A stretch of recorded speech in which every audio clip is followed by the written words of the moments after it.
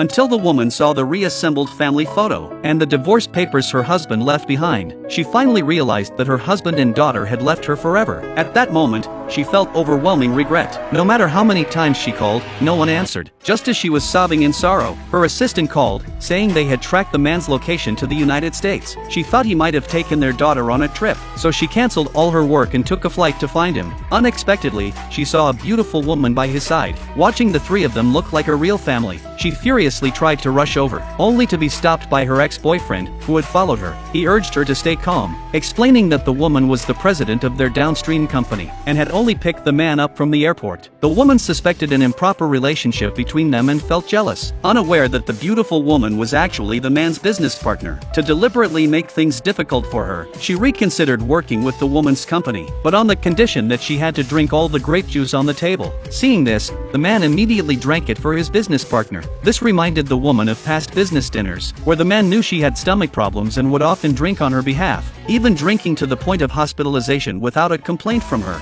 Now, seeing him do the same for his business partner, she became upset and started mocking him. Realizing the woman was not sincere about the collaboration, the business partner immediately stopped the man from drinking any further. The stark contrast made the man finally see who truly cared for him. Without looking back, he chose to leave. She believed he was just throwing a tantrum, and as long as she counted down from 3, he would definitely return. Sure enough, the man pushed open the door. She immediately scolded him for taking their daughter away, saying that was not what a good husband or father should do. She demanded an apology from him, promising to remarry him if he complied, and even urged his business partner to leave him immediately. However, the man had only returned because he forgot his phone. The woman could no longer hold back and confronted him, asking if he had divorced her because of the business partner. She claimed that she was more capable and attractive than the other woman, and that after being married for 8 years and having a daughter, the business partner had no right to take him away. Hearing her mention their daughter, the man became furious, accusing her of never truly caring for the child and saying she was unfit to be a mother. At that moment, he received a call from his subordinate,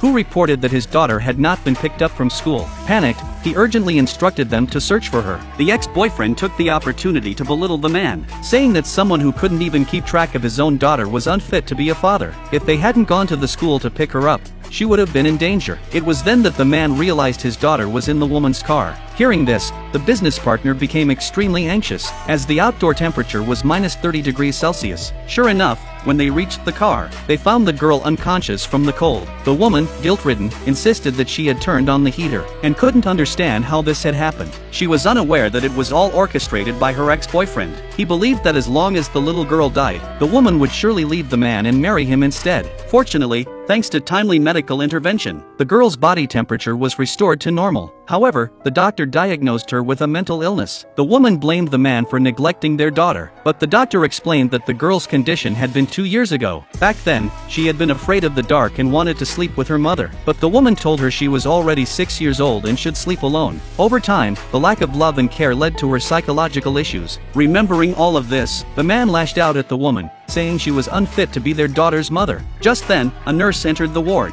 explaining that the hospital had provided psychological counseling for the child, and needed the parents' cooperation. When asked who the girl's mother was, both the woman and the business partner answered at the same time. But in the end, the girl pointed to the business partner and said she was her mother. The woman was utterly devastated.